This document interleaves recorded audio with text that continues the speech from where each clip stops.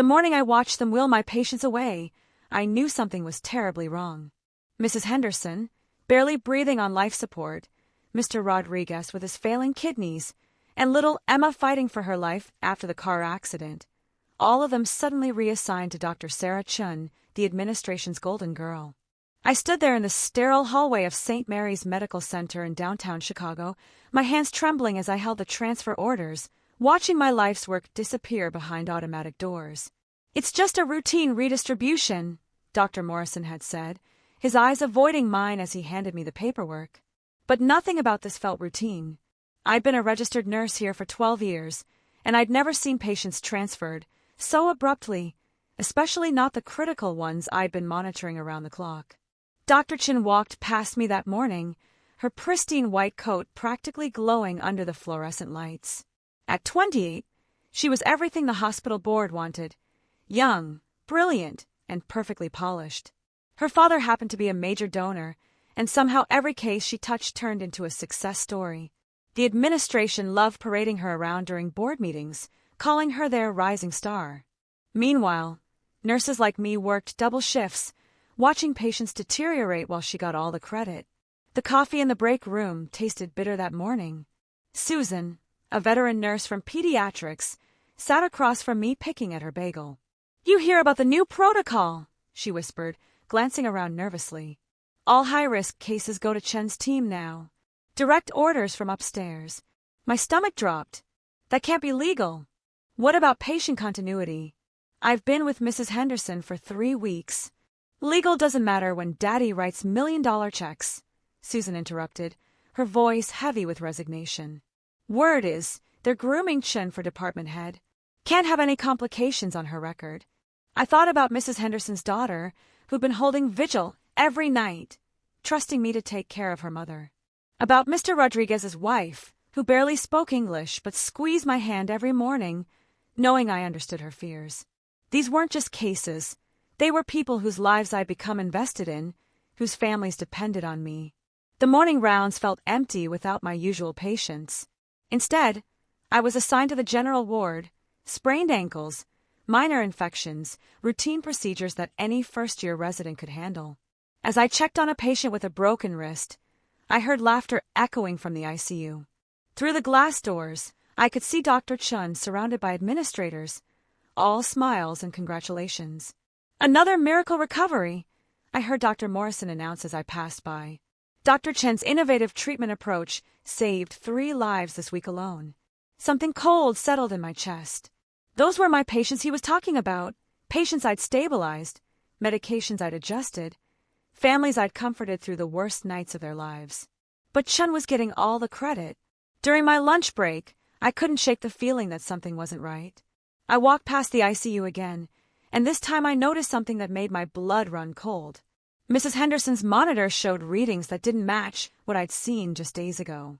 Her oxygen levels were different, her medication dosages changed. Either she'd made a miraculous recovery, or someone had altered her charts.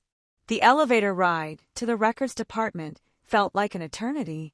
My badge still had access. They hadn't thought to revoke my permissions yet. As I pulled up the electronic records for my former patients, what I found made my hands shake. Medication adjustments I'd never made, diagnostic notes I'd never written, treatment decisions attributed to me that I'd never authorized. Someone had been changing the records, making it look like Chun had taken over cases that were already improving, while covering up the real work that had been done. But why? And more importantly, what was happening to the patients who weren't improving under her care? My phone buzzed with a text from Mrs. Henderson's daughter. "The doctor says Mom is doing better, but something feels different. She won't respond to us anymore. Is this normal?" I stared at the message, my heart racing. These weren't just administrative games. Real lives were at stake. Whatever was happening here went deeper than favoritism. People were getting hurt, and someone was covering it up. As I walked back to my station that evening, I made a decision that would change everything. I was going to find out exactly what Dr. Chun was really doing to my patients, even if it meant risking my career. Because sometimes, doing the right thing means everything else becomes secondary. But I had no idea that the truth I was about to uncover would be far worse than anything I could have imagined. What started as suspicion about unfair treatment policies. Now you'll want to know. Comment below what you think I found in those medical records, and don't forget to subscribe because this story is just getting started. That night, I couldn't sleep. Every time I closed my eyes, I saw Mrs. Henderson's daughter's worried face, heard the desperation in her voice when she called me earlier. She's not the same, Nurse Patricia. Something's wrong, but Dr. Chin keeps saying everything is perfect. I'd worked too many years in this hospital to ignore my instincts, and right now, every instinct was screaming. At 3 a.m., I made a decision that could cost me everything. I drove back to St. Mary's, my hands gripping the steering wheel as I navigated the empty Chicago streets. The hospital parking garage was nearly deserted, just a few cars belonging to the night shift staff. Security knew me. I'd been working here longer than most of them had been alive. They barely looked up as I badged in through the employee entrance. The medical records department was dark, illuminated only by the green glow of computer monitors on standby. My badge still worked, a small miracle I wasn't counting on lasting much longer. I pulled up the files for my 3 transferred patients, and what I found in those digital records made my stomach turn. Mrs. Henderson's chart had been modified 17 times in the past week. 17 times. The original notes I'd written about her declining respiratory function had been altered to show steady improvement under new treatment protocol.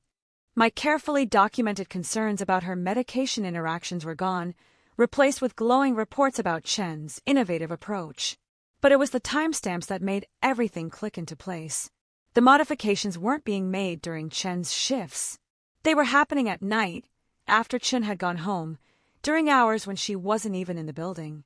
Someone else was changing these records, making it look like Chen was performing miracles when the reality was far different.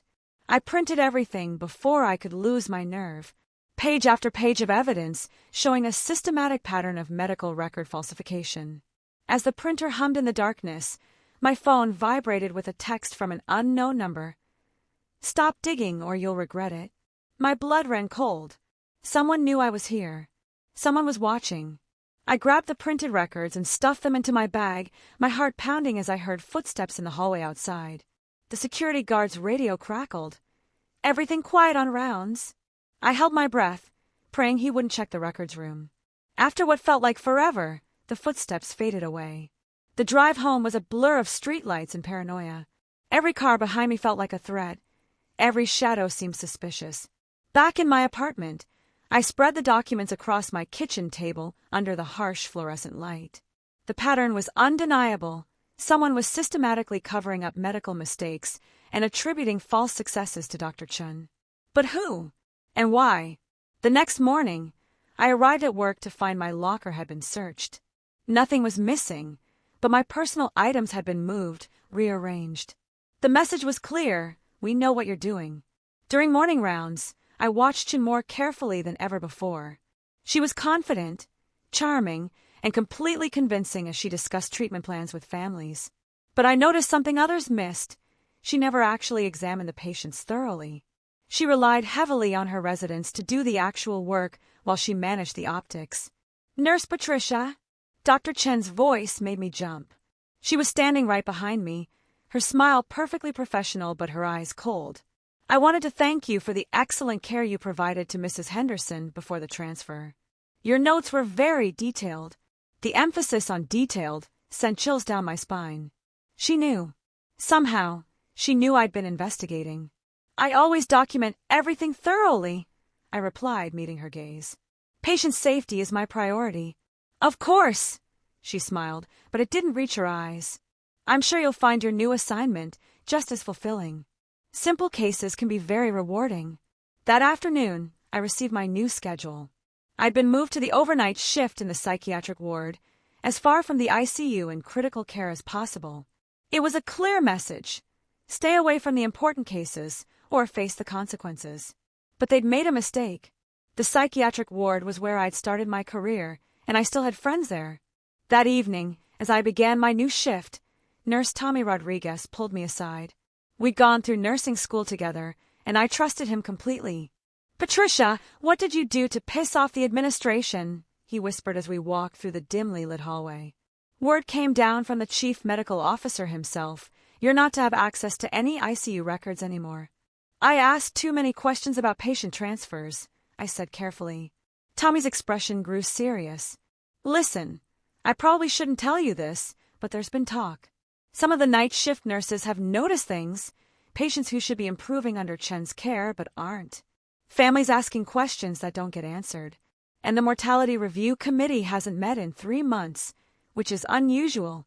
My heart started racing. What kind of things? Medication errors that get covered up. Diagnostic mistakes that disappear from charts. And always, somehow, Chen comes out looking like a hero. Tommy glanced around nervously. There's a patient in room 314, came in last week with chest pain. Chen diagnosed anxiety, sent him home. He came back 2 days later with a massive heart attack. Nearly died. But somehow, the original charts show Chen ordered cardiac workup from the beginning. The pieces were falling into place, and the picture they formed was terrifying. This wasn't just about favoritism or administrative politics. People were dying because of these cover-ups, and someone very powerful was making sure Dr. Chen's reputation remained spotless. As I sat in the break room that night, staring at my cold coffee, I realized I was sitting on evidence of medical malpractice that went all the way to the top. But I also realized that anyone willing to falsify medical records and threaten staff wouldn't hesitate to destroy my career, or worse, to keep their secret safe. The question was, how far was I willing to go to expose the truth? And more importantly, would anyone believe me when I did? By morning, I would have my answer, and it would change everything. Characters, Capitulo 5847. The psychiatric ward at night is a different world, quieter, darker, filled with the kind of desperation that only comes out after midnight. As I made my rounds, checking on patients who couldn't sleep, I kept thinking about Tommy's words. Room 314. The man who'd nearly died because Chun missed his heart attack. I had to see his chart for myself. At 2 a.m., when the hallways were empty except for the occasional security patrol, I made my move. The computer terminal in the psychiatric ward had limited access, but Tommy had given me his login credentials years ago for emergencies. What I found in that patient's file made me physically sick. David Martinez, 42 years old, construction worker from Pilsen, came to the ER with classic heart attack symptoms, chest pain, shortness of breath, sweating, nausea. The original triage notes, buried deep in the system, showed he'd reported pain radiating down his left arm. Textbook presentation. But Chen's notes described him as anxious Hispanic male presenting with panic symptoms and discharged him with Xanax. The racist undertones were obvious, but what made my hands shake was seeing the timestamps. The original notes had been entered at 3:47 p.m. on Tuesday. But Chen's assessment was timestamped 3:52 p.m., 5 minutes later. Someone had gone back and changed Martinez's symptoms to match Chen's diagnosis, making it look like she'd been right all along. 2 days later, Martinez collapsed at home. His wife, Maria, brought him back to St. Mary's in full cardiac arrest. The damage to his heart was extensive, damage that could have been prevented if Chen had ordered the right tests the first time. But somehow, the records now showed that Chen had recommended a cardiology follow-up that Martinez had refused. I was so absorbed in the file that I didn't hear the footsteps until it was too late. Working late, Patricia. I spun around to find Dr. James Morrison standing behind me, his usually friendly demeanor replaced by something cold and calculating. The chief medical officer rarely visited the psychiatric ward, especially not at 2 a.m. Just reviewing patient protocols, I said, trying to keep my voice steady as I closed the computer screen. Funny, he said, stepping closer. That looked like Martinez's file from last month. Interesting case, very unfortunate outcome, but sometimes patients don't follow medical advice. His smile was predatory. You know, Patricia, curiosity can be a wonderful trait in a nurse. But sometimes it can also be dangerous. The threat was clear. Morrison knew exactly what I'd been investigating, and he was here to make sure I stopped. I'm just trying to understand the protocols, I said, standing up slowly.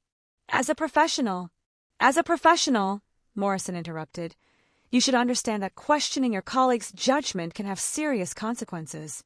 Dr. Chen is one of our most promising physicians. Any attempt to undermine her reputation would be seen as problematic. He reached into his jacket and pulled out a folder. I have here a formal complaint about your recent behavior. Accessing files without authorization, questioning medical decisions above your pay grade, disrupting the chain of command. Sign this letter of resignation, and we'll call it early retirement. Refuse, and this goes to the state nursing board. Your license, your pension, your reputation, all gone. My hands trembled as I looked at the resignation letter. 12 years of my life, thousands of patients I'd cared for, a career I'd built from nothing. But as I stared at that paper, I thought about Mrs. Henderson's daughter, about David Martinez fighting for his life because of a misdiagnosis, about all the other patients whose voices had been silenced by this system. I need time to think, I said. Morrison's expression hardened. You have until Monday morning. And Patricia! He leaned in close, his voice dropping to a whisper. If any of the information you've been collecting finds its way to the press, or to lawyers, or to anyone outside this hospital, there will be consequences far beyond losing your job. Are we clear? After he left, I sat in the empty break room, my hands shaking as I held my coffee mug. The smart thing would be to sign the letter, take my pension, and disappear. But smart wasn't always right, and I'd seen too much to walk away quietly. That's when I remembered something Tommy had mentioned. The mortality review committee hadn't met in 3 months. Every hospital was required to review unexpected deaths and complications, but someone had been blocking those meetings. If I could find the mortality data, I might have proof of a pattern that even Morrison couldn't cover up. The risk management office was on the 3rd floor, and my badge still worked. At 4 a.m., the hallways were deserted except for the cleaning crew, who barely looked up as I passed. The mortality files were supposed to be confidential, but I'd helped organize them during my early years here, and I knew exactly where they'd be stored. What I found in those files made everything else pale in comparison. Over the past 6 months, there have been 14 unexpected deaths in cases initially handled by other physicians but transferred to Chen's service. 14 families who've been told their loved ones died despite Chen's heroic efforts. But the original notes told a different story. These patients had been stable, improving, until they were moved to Chen's care. The pattern was clear. Take credit for successes, transfer blame for failures, and modify records to hide the truth. But this wasn't just about protecting Chen's reputation anymore. This was about covering up what amounted to serial medical negligence that had killed people. As I photographed the documents with my phone, I heard voices in the hallway. Security was doing rounds, and if they found me here, Morrison would have all the excuse he needed to destroy me. I quickly replaced the files and slipped out through the stairwell, my heart pounding as I made it back to the psychiatric ward just as the security guard rounded the corner. The evidence I now had was devastating, but it was also dangerous. Morrison had made it clear what would happen if I tried to expose the truth. But as I thought about those 14 families, about the patients still at risk, I realized I didn't have a choice anymore. By Monday morning, I would have to make the most important decision of my career. And whatever I chose, there would be no going back. The question now wasn't whether I had enough evidence, it was whether I had enough courage to use it, knowing that doing so might cost me everything, including my life. You're probably wondering what I decided to do with those files, the evidence that could bring down not just Chun, but the entire administration. Comment below what you think my next move should be, because what's coming next will change everything, and the best part of the story is still ahead. Monday morning came too fast. I sat in my car in the hospital parking lot, staring at Morrison's resignation letter on my passenger seat. The Chicago skyline looked gray and threatening through my windshield, matching the storm brewing inside me. I had 47 minutes before my shift started, 47 minutes to decide whether to sign away my career or fight back with evidence that could destroy lives, including my own. That's when my phone rang. Mrs. Henderson's daughter, crying so hard I could barely understand her words. Nurse Patricia, please, you have to help me. They're saying my mother had complications from the surgery, but she was getting better when you were taking care of her. Now Dr. Chin says there's nothing more they can do. They want to take her off life support. My blood turned to ice. Mrs. Henderson had been stable when they transferred her, breathing on her own, responding to stimuli, showing all the signs of recovery I documented in my original notes that had been altered to show deterioration. Where are you now? I asked. At the hospital. Room 412 in the ICU. Dr. Chen is meeting with us in an hour to discuss to discuss ending treatment. Please, I know you can't officially help anymore, but could you just look at her? Could you tell me if this is really hopeless? I looked at the resignation letter again, then crumpled it up and threw it in the back seat. Some things were more important than job security. The ICU was bustling with morning activity when I arrived. I'd badged in without thinking. If they were going to fire me anyway, might as well make it count. Mrs. Henderson's room was at the end of the hall, and what I saw when I walked in made my knees weak. She was unconscious, hooked up to machines that beeped ominously, but her vitals weren't consistent with someone dying. Her heart rate was steady, blood pressure stable, oxygen saturation good. More importantly, when I gently squeezed her hand, she squeezed back, a clear sign of neurological function that should have been documented in her chart. "She's been doing that all morning," her daughter whispered, squeezing our hands, moving her eyes when we talked to her. "But Dr. Chen says it's just reflexes, that there's no brain activity left." I checked the medication chart hanging at the foot of her bed. What I saw there made my stomach drop. Mrs. Henderson was being given massive doses of sedatives, doses that would suppress neurological responses and make her appear comatose. Someone was deliberately keeping her unconscious to support the narrative that she was brain dead. "Has she had an EEG recently?" I asked. "Brain activity testing." Dr. Chin said it wasn't necessary. She said the clinical signs were enough to make the determination. That was a lie. No ethical physician would recommend withdrawing life support without proper neurological testing. But Chin wasn't being ethical. She was covering up her mistakes by making sure Mrs. Henderson couldn't recover to prove her wrong. I had to find those lab results, the ones that had supposedly confirmed Mrs. Henderson's deterioration. But when I tried to access the computer terminal in her room, my badge was denied. Morrison had already started restricting my access. That's when Tommy appeared in the doorway, looking nervous but determined. "Patricia, you need to see this. Now." He led me to the break room and handed me a manila folder. I shouldn't be doing this, but after our conversation the other night, I started asking questions. "These are the real lab results for your patients, the ones that came back from the outside lab before they got corrected in our system." My hands shook as I opened the folder. Mrs. Henderson's blood work from 3 days ago showed improving kidney function, decreasing infection markers, and all the signs of a patient who was recovering, not dying. But the results in the hospital's computer system showed the opposite: kidney failure, spreading infection, multiple organ dysfunction. "They're using a different lab now," Tommy explained. "One that sends results directly to Chen's office before they get entered into the main system. She gets to review and interpret everything before it becomes official." But that wasn't the worst part. The folder also contained lab results for the other patients who'd been transferred to Chen's care. Mr. Rodriguez's kidney function had actually improved after starting the treatment protocol I'd recommended, but his family was being told he needed dialysis. Little Emma's brain scans showed no signs of permanent damage, but Chen had told her parents to prepare for the worst. "Tommy, this is evidence of systematic medical fraud. People are dying because of these falsified results." "I know," he said, his voice barely a whisper. "But Patricia, there's more. I found out why Morrison is protecting Chen so fiercely. Her father isn't just a donor to the hospital, he's on the board of directors for the entire health system. And there's talk of a merger with Chicago General. If anything damages Chen's reputation now, it could cost the hospital millions in funding." The picture became crystal clear. This wasn't about medical incompetence or even favoritism. This was about money, politics, and power. They were willing to let patients die to protect a business deal. As I sat there processing this information, my phone buzzed with another text from the unknown number. "Last warning. Walk away now or face the consequences." But it was too late for walking away.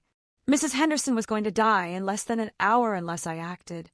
Mr. Rodriguez and Emma were next. And somewhere in this hospital, other patients were suffering while their families trusted doctors who were more concerned with profit margins than patient care.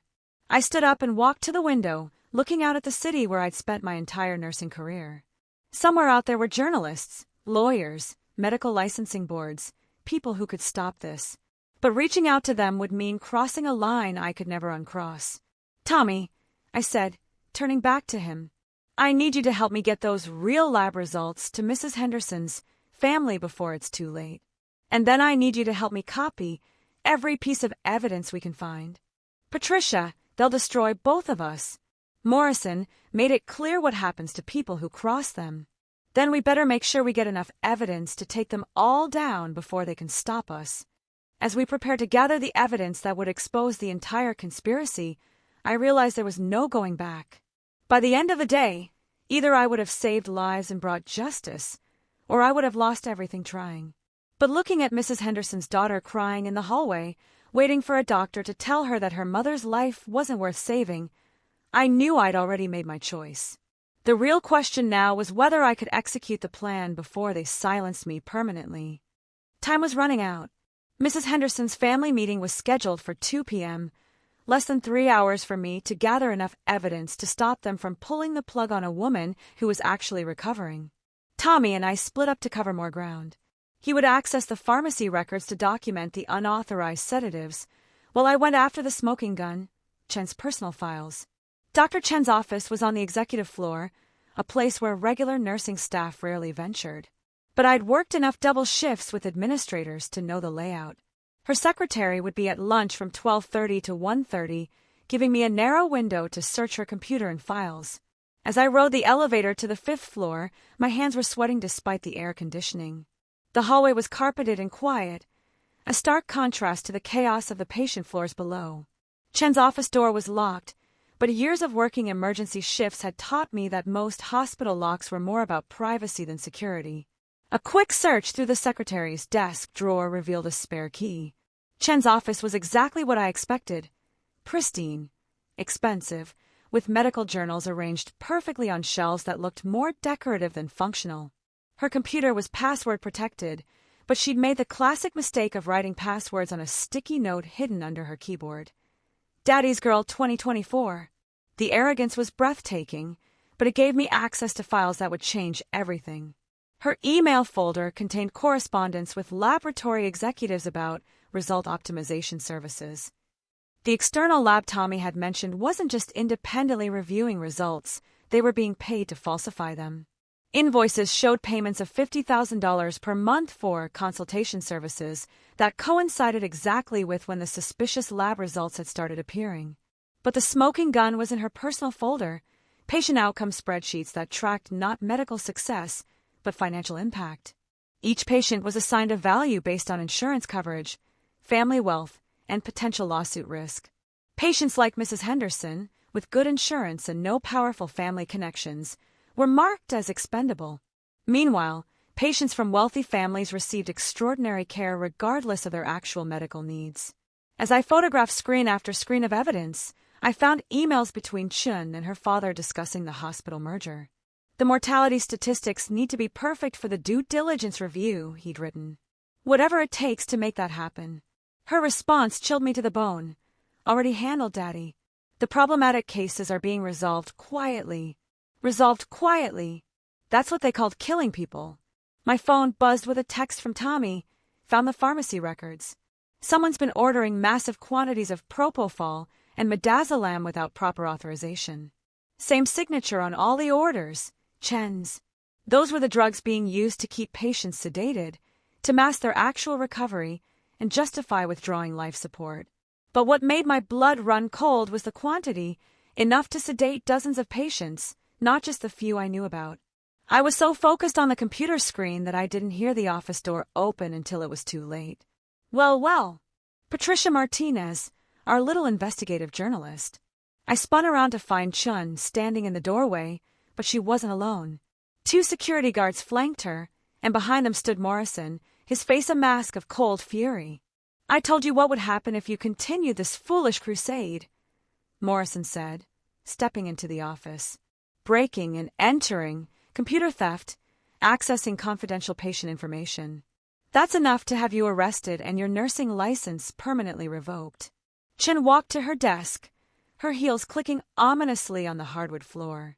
The tragic thing is, Patricia, you could have walked away quietly, taken your pension, enjoyed your retirement. Instead, you've chosen to destroy yourself over patients who were going to die anyway. Mrs. Henderson isn't dying, I said, standing up slowly, my phone still in my hand with all the photographed evidence. She's recovering. You're killing her to cover up your mistakes. Chen's perfect composure slipped for just a moment, revealing something dark and calculating underneath. Mrs. Henderson is a 73-year-old woman with multiple comorbidities. Her quality of life was already compromised.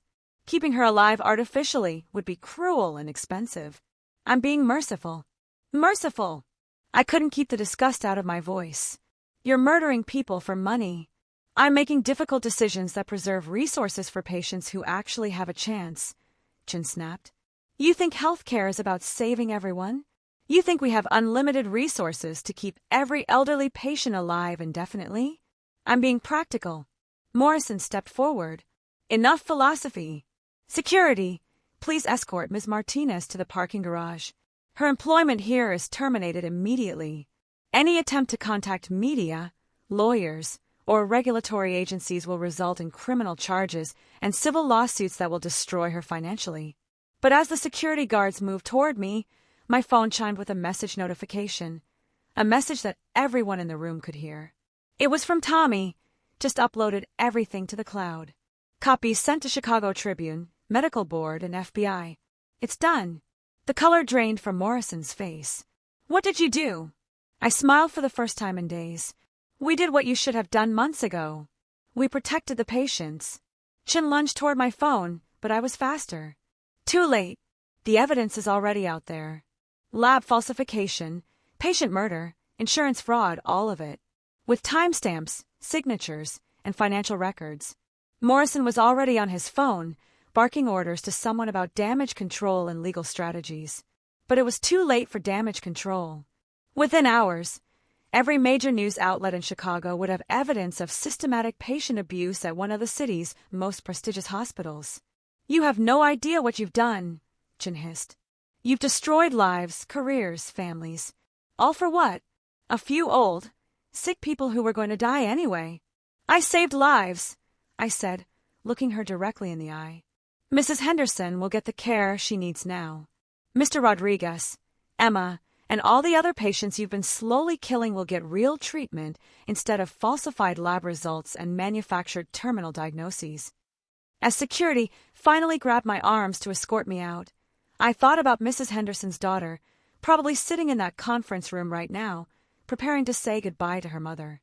But instead of hearing that her mother was brain dead, she would soon learn that her mother had been recovering all along, that the hopeless diagnosis was a lie designed to cover up medical mistakes.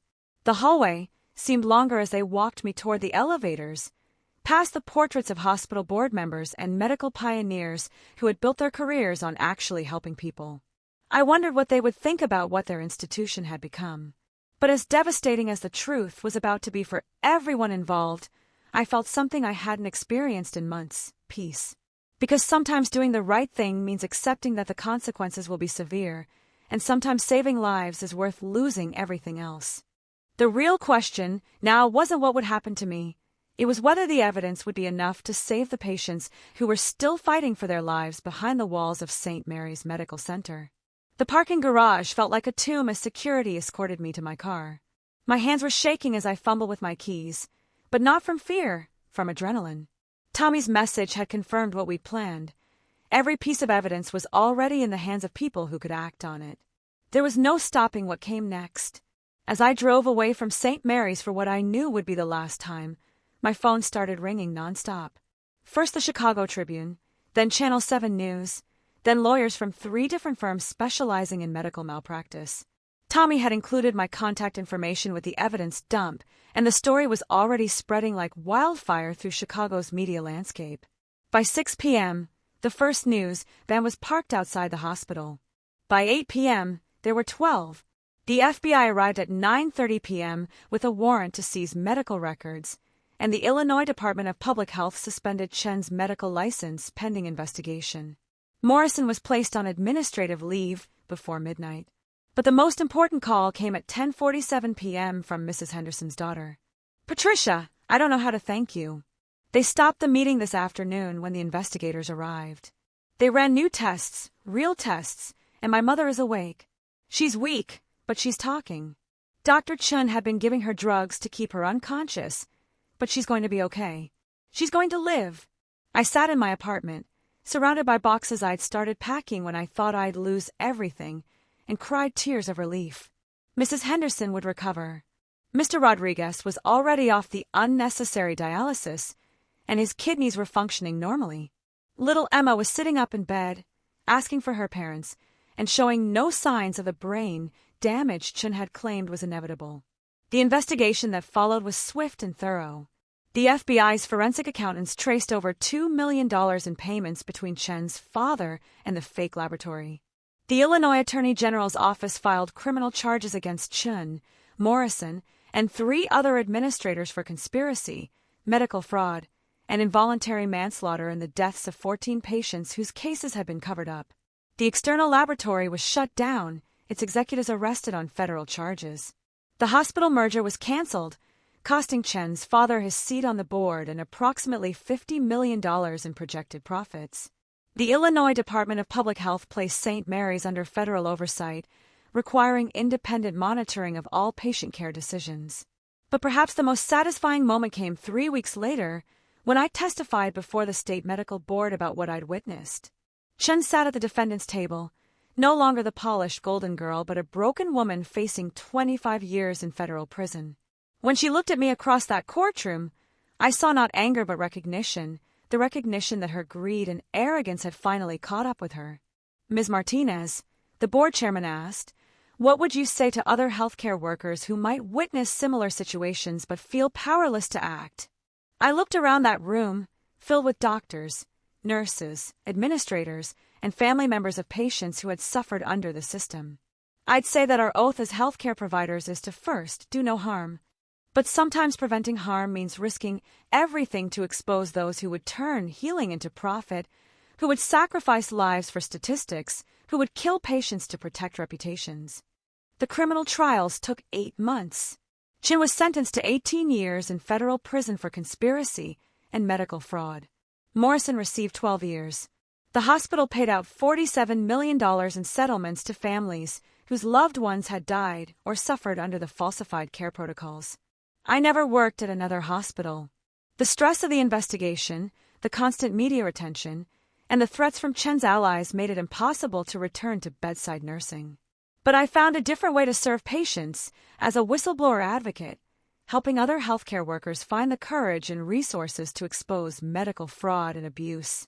Mrs. Henderson recovered completely and lived for 3 more years, watching her grandchildren graduate from high school and college. Mr. Rodriguez returned to his construction job and sent me a Christmas card every year with photos of his growing family. Emma grew up healthy and strong, with no lasting effects from her accident or from the medical abuse that followed. But the real victory was systemic. The Chen case led to federal legislation requiring independent oversight of hospital mortality reviews, mandatory reporting of unexpected patient outcomes, and criminal penalties for falsifying medical records. Healthcare workers across the country gained stronger whistleblower protections, and the medical community was forced to confront the reality that profit-driven medicine could literally be deadly. Sometimes I wonder what would have happened if I'd signed that resignation letter, if I'd walked away quietly and let the system continue destroying lives.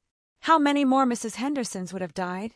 How many more families would have been told their loved ones were hopeless when they were actually recovering?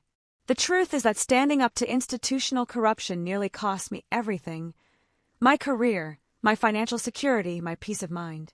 But it also saved lives and changed a system that had prioritized money over human dignity. And when I look back at those terrifying weeks when I thought I might lose everything, I realize I actually found something more valuable than job security or professional reputation. I found the strength to choose what was right over what was safe, and that's a choice I'd make again without hesitation. Today, I work with healthcare workers across the country who face similar ethical dilemmas. The corruption I exposed at St. Mary's wasn't unique. It exists in hospitals and medical systems everywhere, wherever financial pressures override patient care. But every time someone finds the courage to speak up, to document the evidence, to risk their career to save lives, we get a little closer to a healthcare system that actually serves the people it's supposed to protect. The scars from that experience will never fully heal, but they remind me daily why the fight was worth it. Because in healthcare, silence isn't golden, it's deadly. What would you have done in my situation? Would you have risked everything to save patients you'd never see again, or would you have taken the safe route and signed the resignation letter? Share your thoughts in the comments below, and don't forget to subscribe for more true stories about the dark side of healthcare and the people brave enough to shine light into the shadows.